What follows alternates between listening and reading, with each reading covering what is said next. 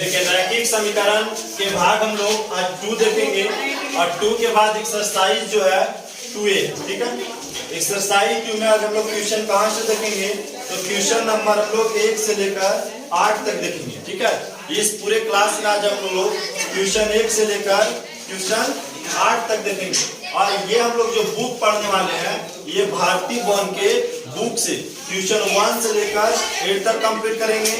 और भाग 1 में हम लोग क्या कहते हैं, भाग 1 में हम लोग खाली 2 चर वाले रैखिक समीकरण का डिस्कशन किए थे। तो पहला क्वेश्चन क्या कह रहा है 2x - 2y + 1 = 0, ठीक है। पहला क्वेश्चन देखो क्या कह रहा है 2x - 2y + 1 = 0 को संतुष्ट करते हुए रिक्त स्थान को भरना है, संतुष्ट करते हुए रिक्त स्थान को भरना है, ठीक है। जब x = 1 और y = क्या होगा, y = 5 तो x बराबर क्या होगा, ठीक है।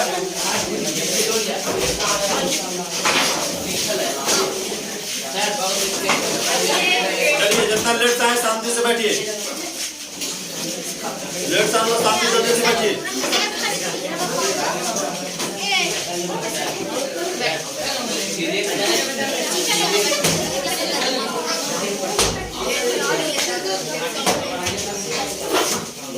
चलिए शांति से बैठिए, हल्ला नहीं करना। तो हम लोग यहाँ पे जो क्वेश्चन का हल करेंगे सबसे पहले कि आपको ये समीकरण को संतुष्ट करते हुए ये जो रिक्त स्थान है, खाली स्थान है, उसको क्या करना है, भरना है।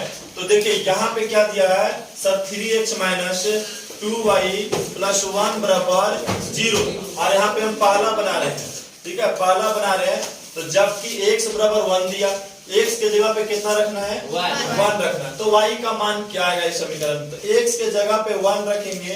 तो देखो यहाँ पे 3x लिखा हुआ है तो 3x का मतलब यहाँ पे गुना छिपा हुआ है, ठीक है। तो 3 गुने 1, x के जगह पे कितना रख दिए 1 - 2y + 1 बराबर क्या चीज 0, है ना।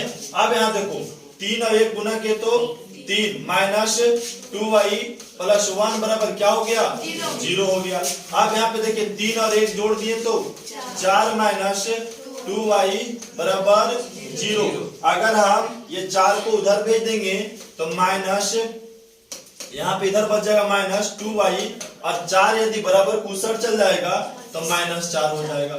अब देखो y बराबर हो जाएगा -4 बटा, ये गुना में रहता है तो बराबर किसट लाते हैं तो ये बटा में भागा में हो जाता है, माइनस से माइनस कट गया, 2 दूनी 4, तो y का मान जो आ गया 2 आ गया। तो यहाँ y का मान हम 2 रख देंगे। इसी प्रकार प्रश्न 2 बनाना है, यहाँ पे समीकरण यही वाला में संतुष्ट करना है 3x - 2y + 1 = 0। यहाँ y = 5 है तो x का मान क्या होगा, y = कितना है 5 है तो x का मान क्या होगा। तो y के जगह पे क्या करना है सर 5 रख देना है, तो 1 बराबर में 0। अब देखिए 3x - 2 और 5 गुना किए तो 5 दूनी 10 + 1 = 0। 3x अब -10 और +1 है, माइनस और प्लस होता है माइनस, तो बताइए 10 में से 1 जाएगा तो -9 बराबर 0। अब 3x और बताइए सर बराबर की उस साइड चल जाएगा तो क्या हो जाएगा +9 हो जाएगा, बराबर की साइड माइनस रहे और बराबर की साइड भेजेंगे तो +9 हो जाएगा। अब बोलेंगे सर x का मान निकालना है 9 और बटा में 3 हो जाएगा। ये बटा में 3 क्यों होगा, क्योंकि ये गुना में है और बराबर की साइड भेजेंगे तो भागा में हो जाएगा। तो यहाँ से 3 से काटेंगे, 3 दिया 9 हो जाएगा। x का मान जो है कितना हो गया 3 हो गया। तो हमसे x का मान पूछा गया था 3 हो गया। लेकिन सबसे बड़ा जो इस चैप्टर में हमें याद रखना, वो क्या याद रखना है, तो देखिए बराबर की ये साइड यदि प्लस है और इधर लाएंगे तो माइनस हो जाएगा, यदि इधर माइनस है बराबर की साइड लाएंगे तो प्लस हो जाएगा, अगर इधर गुना में है अगर बराबर की साइड लाएंगे तो बटा में हो जाएगा, या तो बोल सकते हैं सर भाग में हो जाएगा, भाग में हो जाएगा। गुना में है तो अगर भाग में है या बटा में है इधर लाएंगे तो गुना में हो जाएगा, क्या में हो जाएगा गुना में हो जाएगा। ये चीज आपको ध्यान रखना है। और दूसरा सबसे ज्यादा क्या चीज आपको ध्यान रखना है कि सर प्लस और प्लस होता है प्लस, अगर प्लस और प्लस को हम जोड़ेंगे तो प्लस होगा, प्लस और माइनस है तो माइनस, माइनस और प्लस माइनस, अब माइनस और माइनस जोड़ेंगे तो प्लस हो जाएगा, लेकिन चिन्ह माइनस के रहेगा, और माइनस और माइनस गुना करेंगे तो प्लस हो जाएगा। क्या हो जाएगा? प्लस हो जाएगा। तो कुछ ये फार्मूला याद रखना है, कुछ ये फार्मूला याद रखना है इस चैप्टर में। आगे की बात करते हैं। नेक्स्ट क्वेश्चन, क्वेश्चन नंबर 2 क्या कह रहा है? तो कह रहा है कि निम्नलिखित में से सही गलत कथन को पहचानना है। ठीक है, सही गलत कथन को पहचानना है, और 4 को इसमें दे दिया है क्वेश्चन। इनमें कौन सा प्रश्न गलत है और कौन सा प्रश्न सही है।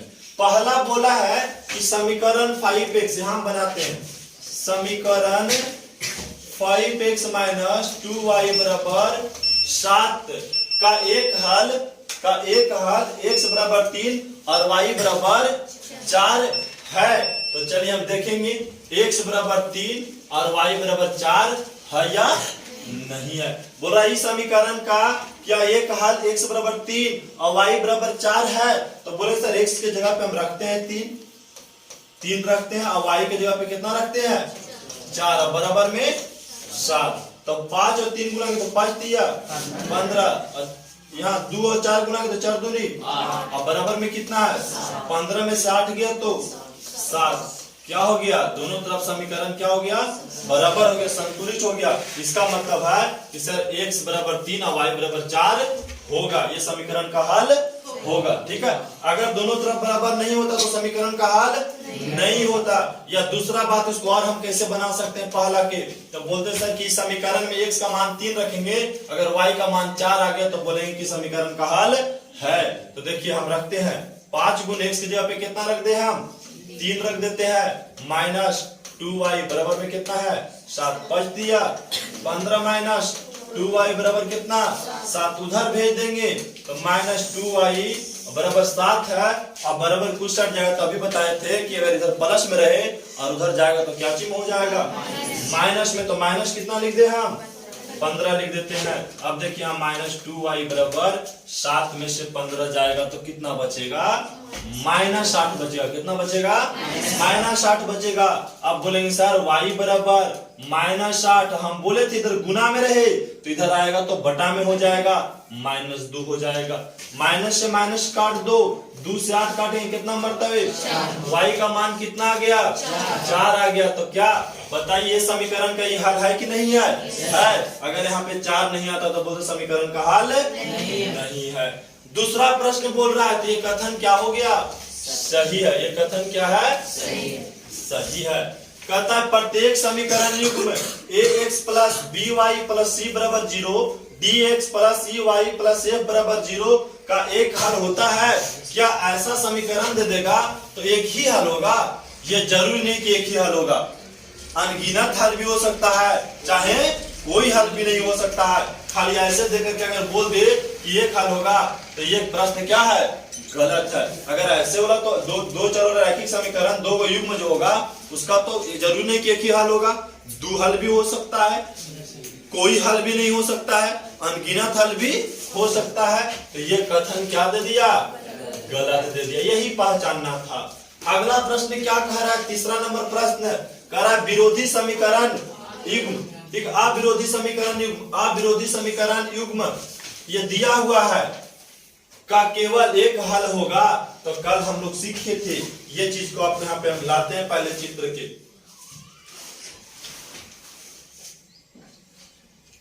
यहाँ पे हम लोग कल देखे थे, इसको छोटा करके रख देते हैं यहाँ पे।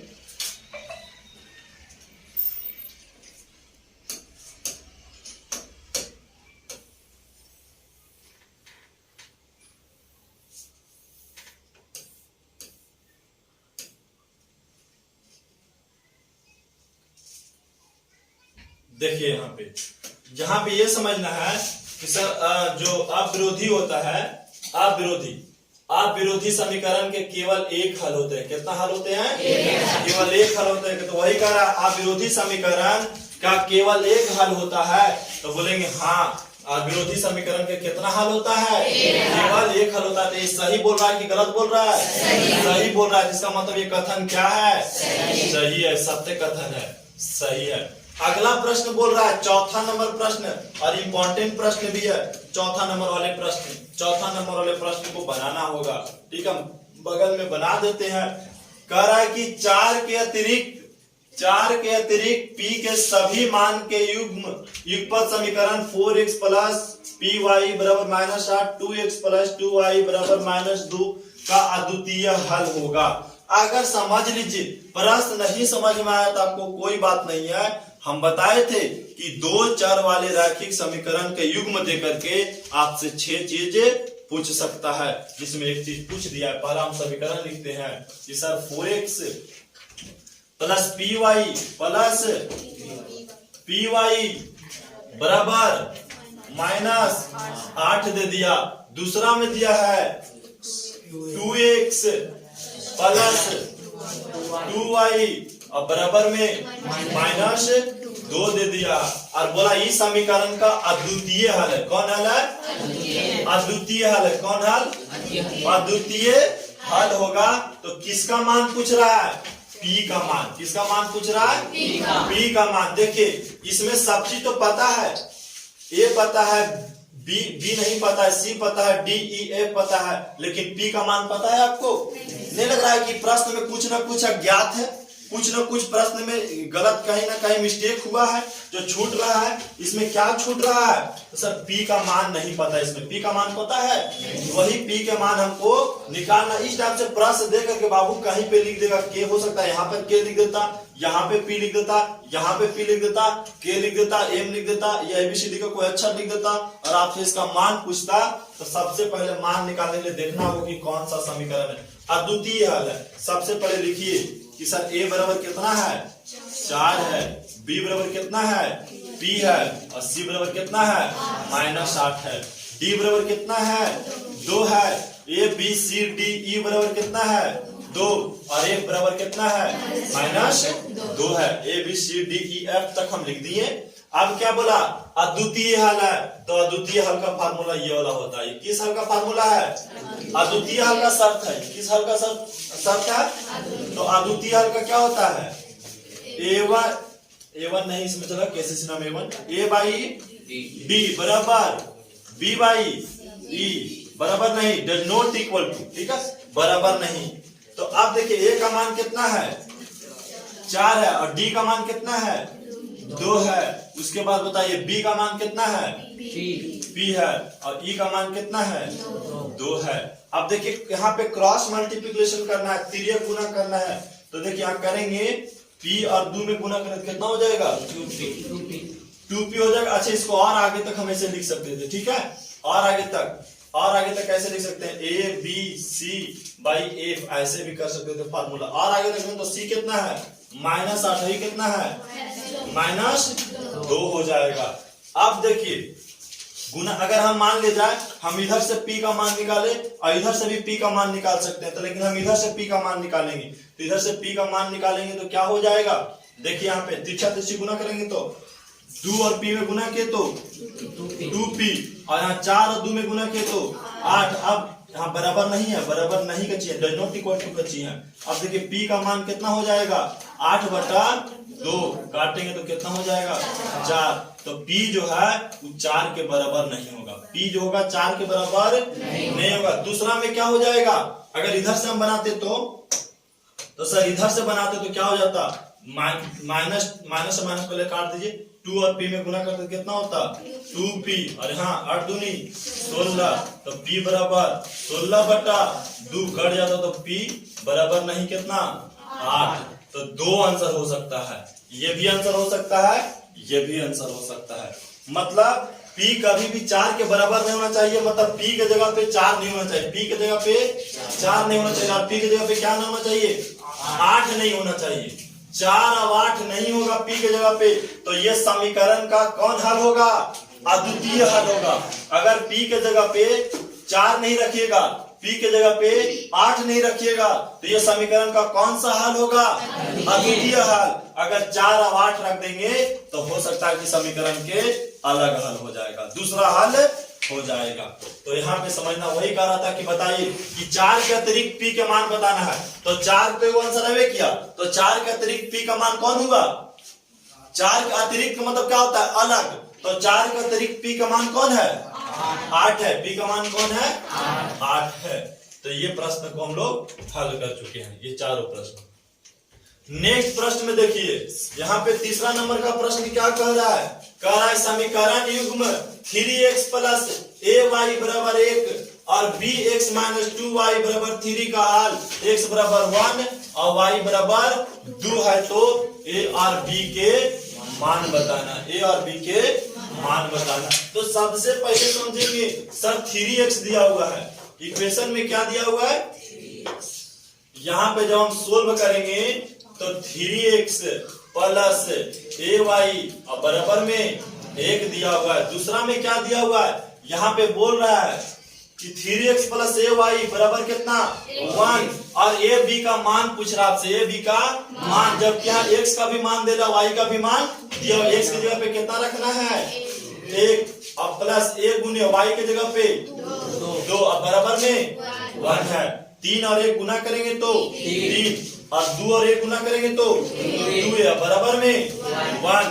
आप बताइए यहाँ से उसको उधर भेज दे तो 2a बराबर 1 इधर चल गया तो -3, तो 2a बराबर 1 में से 3 चल जाएगा तो -2 हो जाएगा। कितना हो जाएगा? -2 हो जाएगा। अब देखिए a बराबर कितना? -2 बटा 2, ये बटा में आ जाएगा, 2 से 2 कट गया तो a का मान कितना हो गया? -1। तो इक्वेशन फर्स्ट से इससे किसका मान निकल गया?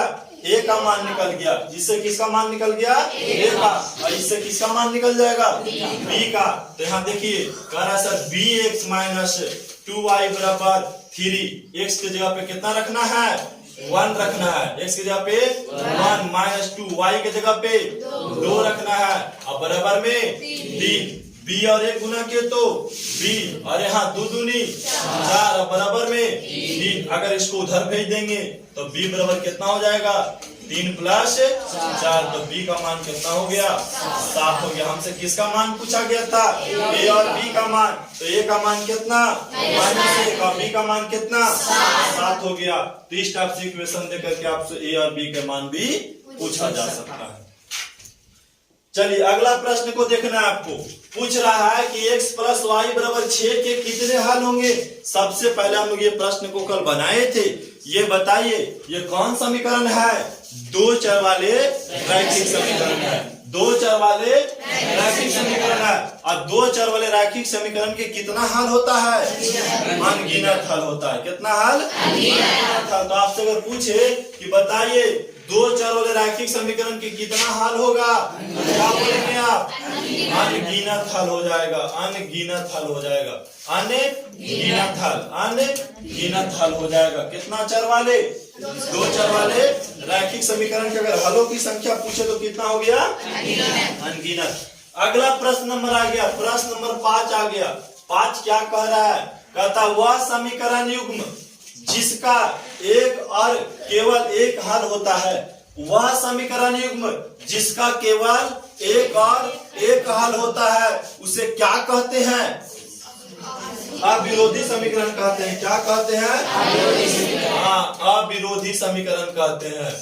अविरोधी समीकरण कहते हैं और अविरोधी भी कहते हैं, अविरोधी समीकरण कहते हैं। और कौन चीज इसका चित्र कैसा बनेगा? प्रतिच्छेद बनेगा। क्या बनेगा? अच्छा ये बताइए संगत बोलेंगे का संगत बोलेंगे? संगत बोलेंगे। इसको क्या बोलेंगे? संगत। जिसका केवल एक और एक हल होता है उसको कौन सा समीकरण? अविरोधी समीकरण। अगला प्रश्न कह रहा है वह समीकरण युग्म जिसका कोई हल नहीं है उसको क्या कहते हैं? जिसका कोई हल नहीं उसको क्या कहते हैं? विरोधी समीकरण। विरोधी समीकरण कहते हैं। कौन समीकरण? विरोधी समीकरण कहते हैं। जिसका कोई हल नहीं उसको क्या कहते हैं? विरोधी समीकरण कहते हैं। यहाँ पे हम लोग देखे थे जिसका कोई हल नहीं होगा उसको क्या बोलते हैं? विरोधी। जिसका केवल एक और एक हल होगा उसको क्या बोलते हैं? अविरोधी। जिसका अनगिनत हल होगा उसको क्या बोलते हैं? आश्रित। क्या बोलते हैं? आश्रित बोलते हैं। तो यहां तक हम लोग क्या हो गया? कंप्लीट हो गया। अगला प्रश्न बोल रहा है, हम बताए थे कि आपको दो चर वाले रैखिक समीकरण के जोड़ा देकर के आपसे पूछ सकता है हलों की संख्या। और ये प्रश्न बहुत ईजी, अगर ऐसा प्रश्न आपको पूछ दिया तो बहुत ईजी तरीका से बना सकते हो। ठीक है, और कैसे बनेगा से देखिए आप। सबसे पहले समीकरण को उतार दो, 2x प्लस 3y बराबर 8। दूसरा क्या दिया हुआ है? 4x प्लस 6y बराबर 7। दो समीकरण दे दिया और पूछा कि कितने हल होंगे। तो हम पहले लिखेंगे a कितना दे रहा है? 2, कॉमा देना है। b कितना है? 3, कॉमा देना है। c कितना है? 8। उसके बाद d कितना है? 4। e कितना है? 6। उसके बाद f कितना है? 7, है ना। और बोला कि कितने हल होंगे, तो हम लिखेंगे कि सर a बाई डी बराबर b बाई e, या ऐसे नहीं लिखेंगे तो इसको बाद में भी हम लिख सकते हैं। पहले डायरेक्ट लिख दो 2 बटा 4, 2 बटा 4 बराबर 3 बटा 6 और बराबर 8 बटा 7, है ना। अब इसको काटिए, 2 से काटेंगे तो 2 मतलब 1 बटा 2, ये भी कट गया 1 बटा। बताइए दोनों बराबर है कि नहीं है? दोनों बराबर। अगला चलिए, ये कटेगा 8 बटा, ये दोनों बराबर है तो इसको क्या कर दे? नॉट इक्वल टू का चीज दे दे। अब बताइए ये कौन सा शर्त मान रहा है? तो a बाई डी बराबर b by E not equal to c by a। तो अगर ऐसे इक्वेशन तैयार, ऐसा शर्त आ जाता है तो हम लोग पूछते हैं कि बताइए कि हलों की संख्या कितना होगा? तो कितना होता है? बोलिए, बताइए। अगर ऐसा आता है तो क्या होता है? कोई हल नहीं होता। हम लोग यहाँ पे देखे थे फर्स्ट स्टेप में, देखो यहाँ पे लेकर के आते हैं इसका। इसलिए कहते हैं फार्मूला हमेशा याद रखो।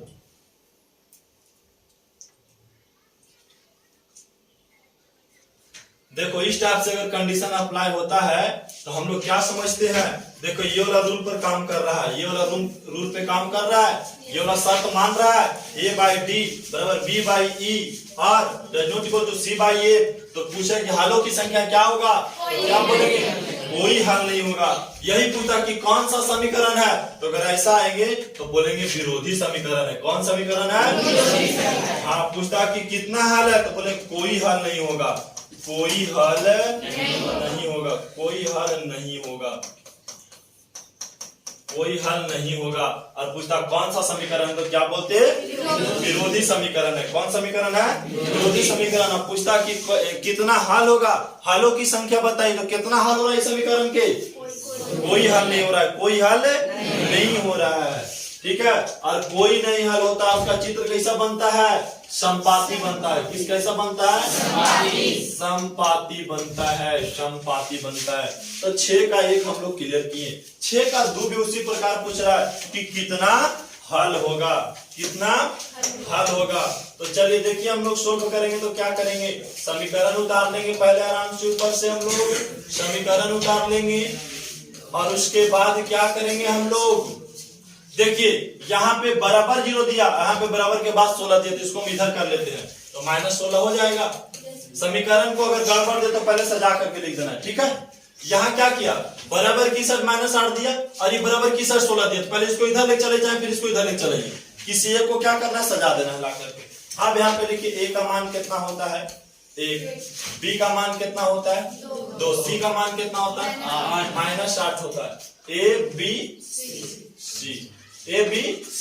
अब d का मान 2, e का मान 4, a b c d e f, f का मान -16। अब 1 बटा 2 बराबर 2 बटा 4 बराबर -8 बटा -16। ये तो नहीं कटेगा, ये काट दें तो 1 बटा, तो इसको काटेंगे तो 1 बटा, माइनस माइनस भी करेंगे 1 बटा, तो सब बराबर हो गया। हाँ, तो a बाई डी बराबर b बाई ई बराबर c बाई ए, सब बराबर हो जाएगा। तो कितना हल होगा?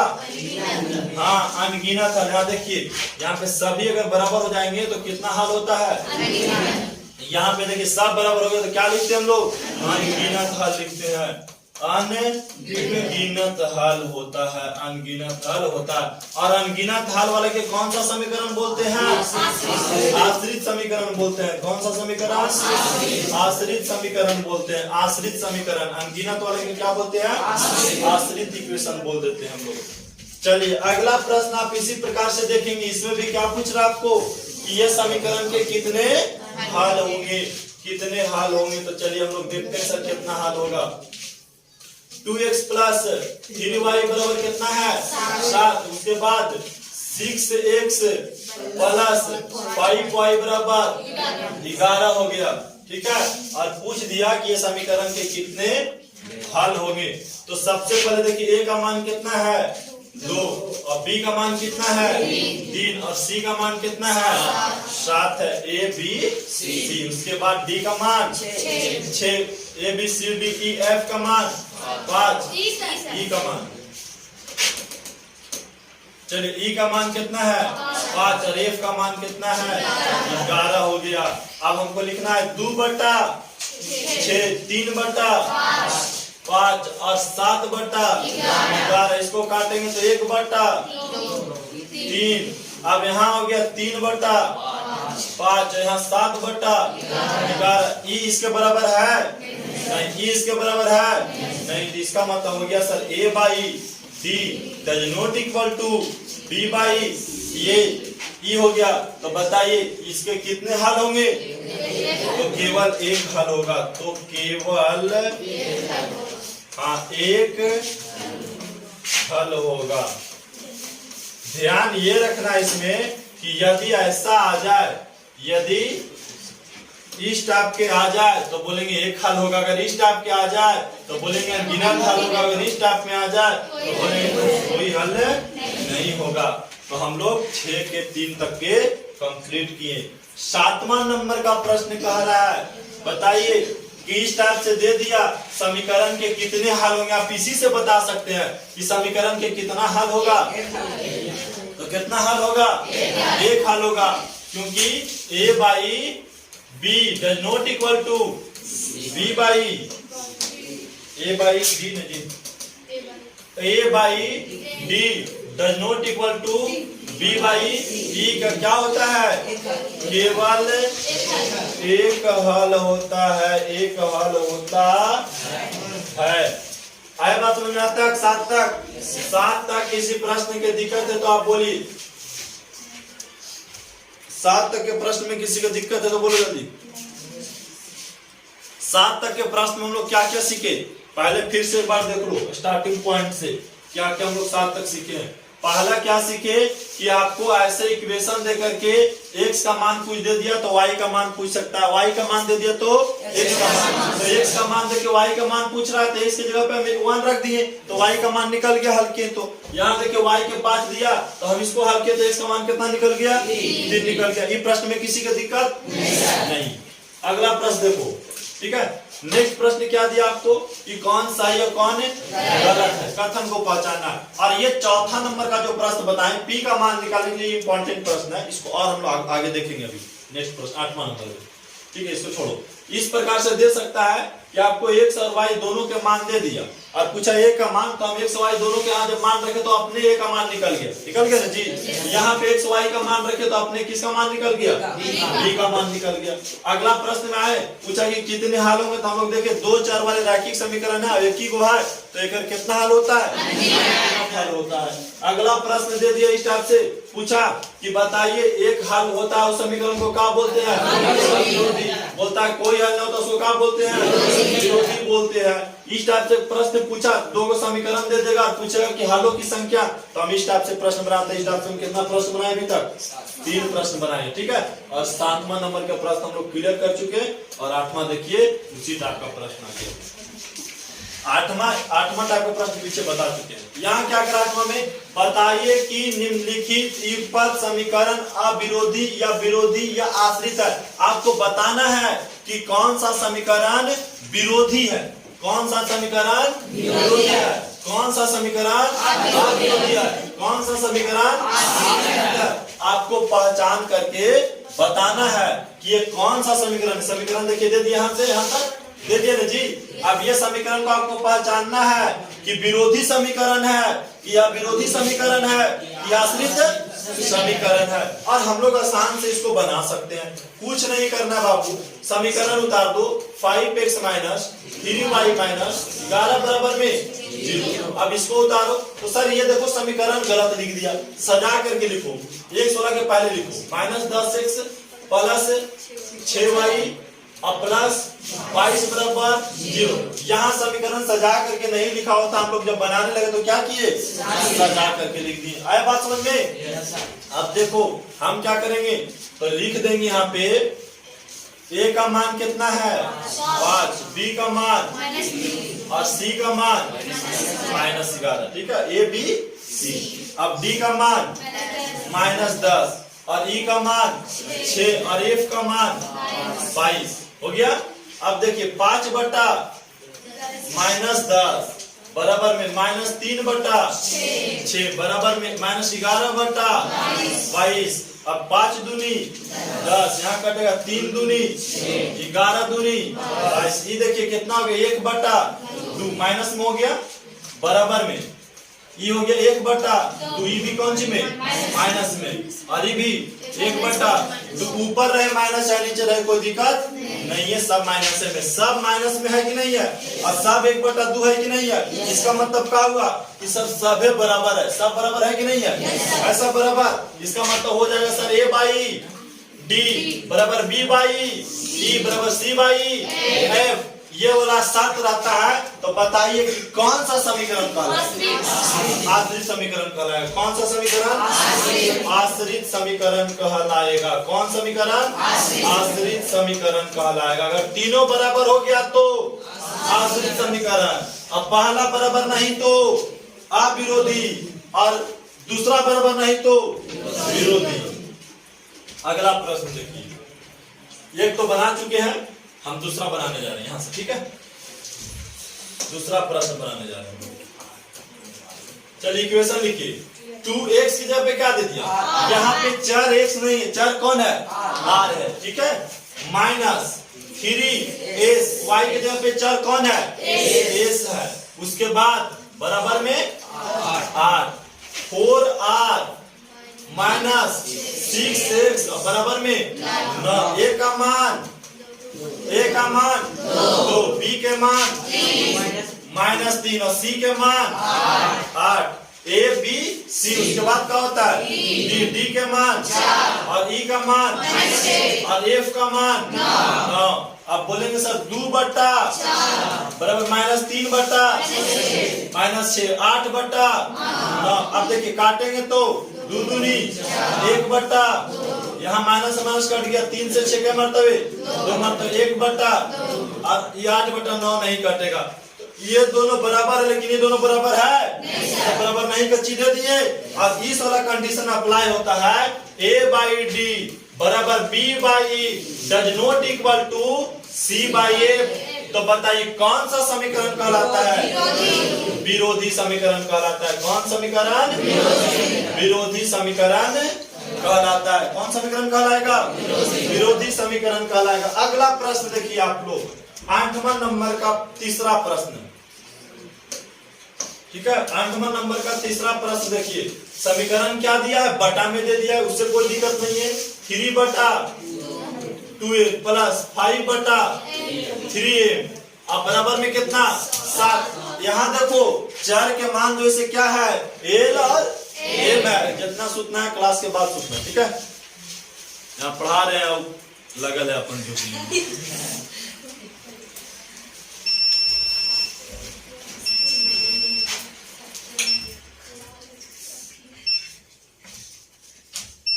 क्लास के बाद आराम से सोना है।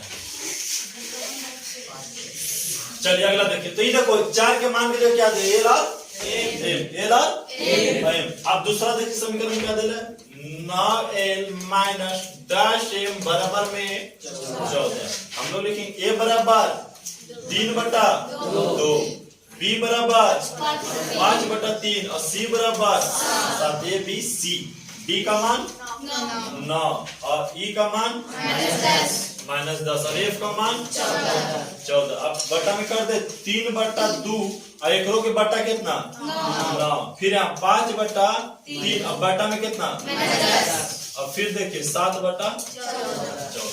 यहाँ देखिए आपको हल करना होगा अच्छा तरीका से। यहाँ कैसे हल करेंगे तो सर 3/2 है तो इसका नीचे कुछ नहीं तो 1 तो मान ही सकते हैं, इसका नीचे भी 1 मान ले क्योंकि इसी का ना झमेला है। तो 3/2 लिखिएगा ना बाबू, 3/2 लिखिएगा। कितना लिखिएगा 3/2। और जब 4 को हो जाता है ऐसे तो हम बदल देते हैं पहले, तो ये अंश जो है ऊपर चल जाएगा और हाथ जो है नीचे चला जाएगा। देखो अरे बात समझ में आया कैसा न समझ में आया। अगर कभी भी ऐसे रहे देखो अंग्रेजी से समझ a/b और बटा d/e ऐसे रहे ना लगातार तो हम लोग कैसे लिखते हैं a/b गुने ई वाला ऊपर चल जाता है, ठीक है e/d हो जाएगा, ऐसे लिखते हैं हम लोग। उसी प्रकार यहाँ लिखे 3/2 है तो 3/2 और नीचे वाला सबसे ऊपर बटा में 9। इसी प्रकार यहाँ भी चलाएंगे हम लोग है ना, यहाँ चलाएंगे तो 5/3 लिख देने हम। और गुने में क्या करेंगे आप लोग खुद बताइए, एक ऊपर चल जाएगा और माइनस में 10 है ना, एक माइनस में नहीं है ना, 1/-10।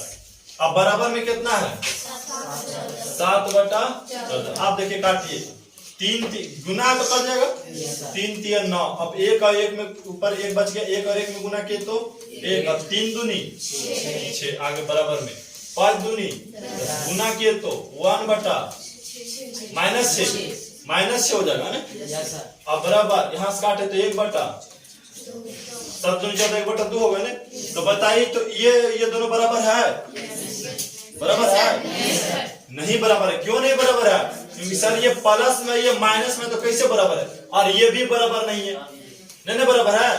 तो बताइए जब दोनों बराबर नहीं होता तो क्या होता है अविरोधी समीकरण। क्या होता है अविरोधी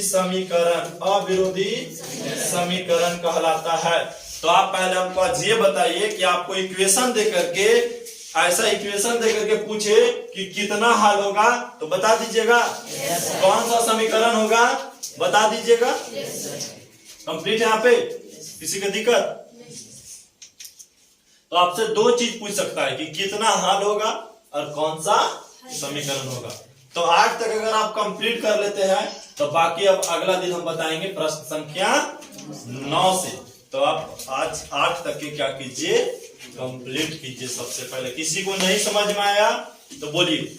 तो ऐसा बच्चा है जिनको अभी तक 8 तक के प्रश्न एक भी प्रश्न नहीं समझ में आया, सबसे पहले आपको ध्यान रखना है एवरीडे के प्रत्येक दिन के कि क्लास से तो उतार ही लेना है, और क्लास के बाद घर में जाकर के एक बार बुक उठाना है और अपना मन से स्वयं बनाना है। जब इतना आप काम कंप्लीट कर लेंगे तो मैथ का एग्जाम में आने वाले प्रश्न एक भी नहीं छूटेगा। अगर ऐसे नहीं करेंगे तो आपको बहुत सारे प्रश्न छूटते रहेगा, ठीक है।